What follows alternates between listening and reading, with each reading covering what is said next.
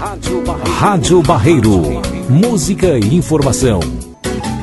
Faltando poucos dias para o recesso parlamentar, a corrida continua para a aprovação da reforma da Previdência em Brasília. E a falta de habilidade política pode abrir as costuras que tanto tem feito o governo para pautar, votar e aprovar na Câmara dos Deputados essa PEC reformista importante aí para o governo. E toda essa cautela pregada pelo presidente da Casa, Rodrigo Maia, para marcar a sessão, tem um motivo também importante. É a exposição há poucos dias dos parlamentares que se candidatarem em um ano eleitoral. É que os deputados, colocando aí o seu voto a favor e ela não passar na Casa, poderia sim trazer consequências no ano que vem. O objetivo é de menos barulho quando ela estiver no plenário e uma votação rápida, passando pelo crivo dos 308 votos necessários, no qual o diagnóstico hoje, após muitas reuniões, jantares e cafés,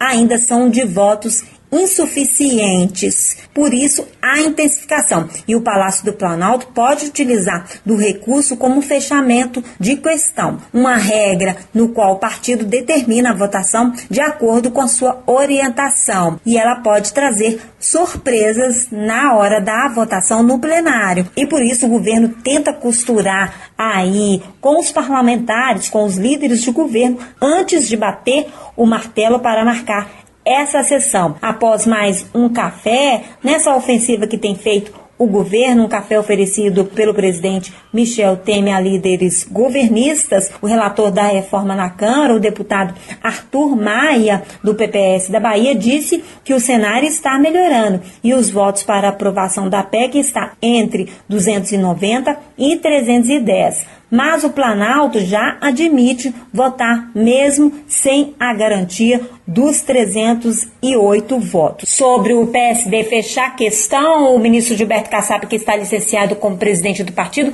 não confirmou um consenso para isso, mas disse após o encontro que o saldo é positivo. Dos 38 deputados, 15 votariam a favor, mas o trabalho é para que isso aconteça. Nessa ofensiva final pela Previdência, no qual o próprio presidente tem feito um corpo a corpo, mirando partidos com uma posição definitiva como o PSDB e os resistentes como o PR, PSD e PSD, que somando as duas bancadas seriam cerca de 80 votos, o presidente tenta pôr panos quentes na falta de habilidade política de seus próprios ministros. O deputado Rogério Rosso, do PSDB do Distrito Federal, colega de partido do ministro da Fazenda Henrique Meirelles, criticou o ministro, que disse essa semana que o candidato do governo à presidência não seria o governador de São Paulo, Geraldo Alckmin, e que os tucanos seguem a direção de não apoiar a gestão do presidente Michel Temer.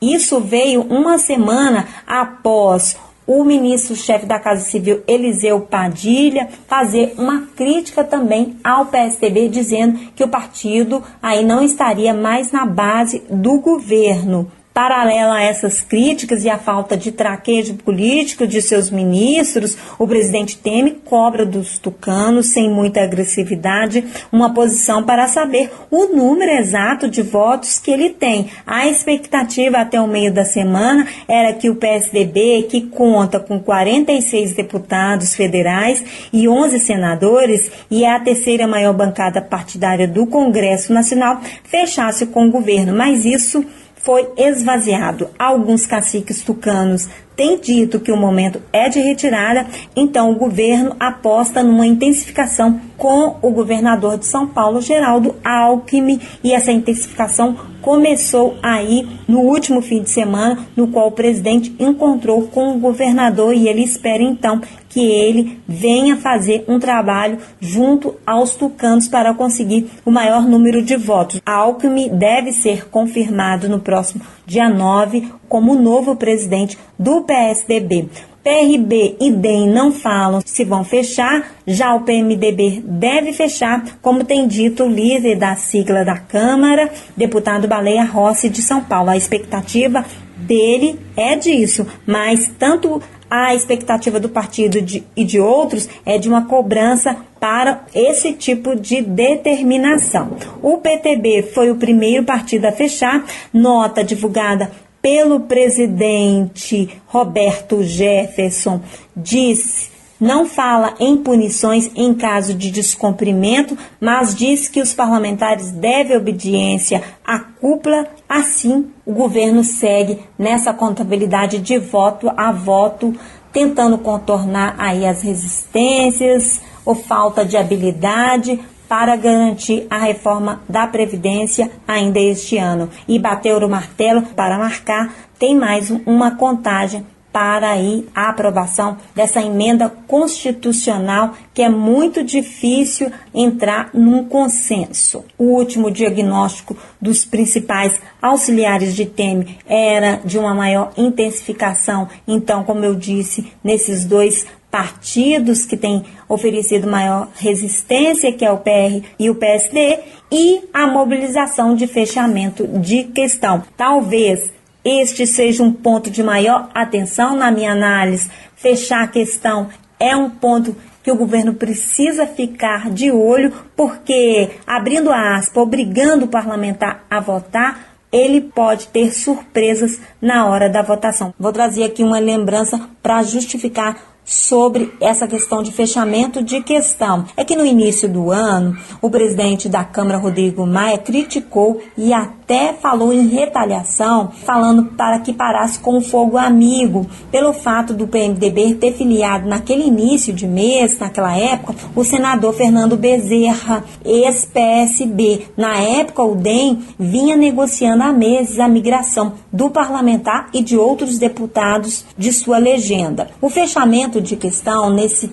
momento aí em que as bases estão buscando ampliação, se o deputado chegar lá não votar como determina a sua legenda e ele for expulso, lógico que essas bases que estão procurando expansão pode buscar esse parlamentar, e isso não seria bom para o governo ter essa surpresa lá no plenário da Câmara dos Deputados. Por isso, as costuras com jantares, cafés, reuniões intermináveis têm sido feitas para conseguir chegar no plenário com os 308 votos fechados. Eu sou Lena Alves e falo de política aqui na Rádio Barreiro. Rádio Barreiro. Música e informação.